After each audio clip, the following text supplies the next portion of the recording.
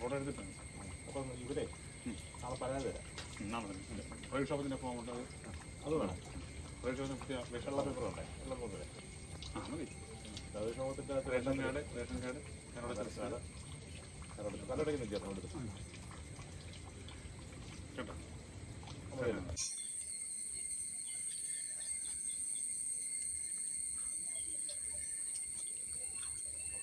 കാറ്റിന് ഈ വീടിൻ്റെ മണ്ടയിലോട്ട് പന ഒടിഞ്ഞു വീണ് മൊത്തം നശിച്ച് കിടക്കുവാണ്. അപ്പനെ ദേഹത്തായിരുന്നു.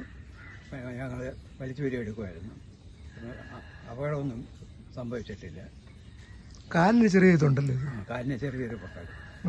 വീട് പൂർണ്ണമായിട്ടും വീട് പൂർണ്ണമായും തകർന്നു. എത്ര മണിക്കായിരുന്നു? 7 മണിക്ക്. നല്ല കാറ്റായിരുന്നു. അറിയുന്നില്ലേ? ഞങ്ങൾ പിന്നീട് അറിയുന്നത്. പിന്നീടാണ് അറിയുന്നത്. കല്ലറക്കടവ് അമൃതാനന്ദമയി സ്കൂളിൻ്റെ മുകൾ ഭാഗത്ത് നീലകണ്ഠൻ ആചാര്യയുടെ വീട്ടിലാണ് ഞാനിപ്പോൾ നിൽക്കുന്നത്. കഴിഞ്ഞ ദിവസം ഉണ്ടായ കനത്ത മഴയിലും കാറ്റിലും അദ്ദേഹം താമസിച്ചുകൊണ്ടിരുന്ന ഈ ചെറിയ ഷെഡ്, അതിൻ്റെ മുകളിലേക്കൊരു പനമരം വീണ് പൂർണ്ണമായി തകർന്നിരിക്കുകയാണ്. സാമ്പത്തികമായി വലിയ ബുദ്ധിമുട്ടുള്ള ഒരു കുടുംബമാണ്. അദ്ദേഹത്തിൻ്റെ മകനാണ് തൊട്ടടുത്ത് താമസിക്കുന്നത്. അദ്ദേഹം കൂലിപ്പണിയിലാണ് ജീവിക്കുന്നത്.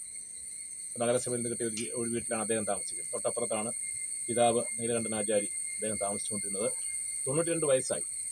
ആ വീടിൻ്റെ മുകളിലേക്കാണ് പന വീണ് പൂർണ്ണമായും തകർന്നിരിക്കുന്നത്. അപ്പോൾ ഇന്ന് വില്ലേജ് ഓഫീസിലും മറ്റധികാരികളുടെ മുമ്പിലൊക്കെ പരാതി കൊടുക്കുന്നുണ്ട്, ഒരു നിവേദനം കൊടുക്കുന്നുണ്ട്. അദ്ദേഹത്തെ സഹായിക്കുവാൻ താല്പര്യമുള്ള ആളുകൾക്കൊക്കെ സഹായിക്കാനുള്ളൊരു അവസരമുണ്ട്. ഈ കനത്ത ഈ മഴയിലും കാറ്റിലും ഒരുപാട് നാശനഷ്ടങ്ങളാണ് ഈ പ്രദേശങ്ങളിലെല്ലാം ഉണ്ടായിരിക്കുന്നത്. അപ്പോൾ ഗവൺമെൻറ്, സർക്കാർ ഉണർന്ന് പ്രവർത്തിച്ച് അവർക്ക് ആവശ്യമായ സാമ്പത്തിക സഹായം ഈ വീട് പുനർനിർമ്മിച്ചു കൊടുക്കുവാൻ, മറ്റുള്ള കാര്യങ്ങൾ ചെയ്യുവാൻ തയ്യാറാകണമെന്നാണ് എനിക്ക് അഭ്യർത്ഥിക്കുവാനുള്ളത്.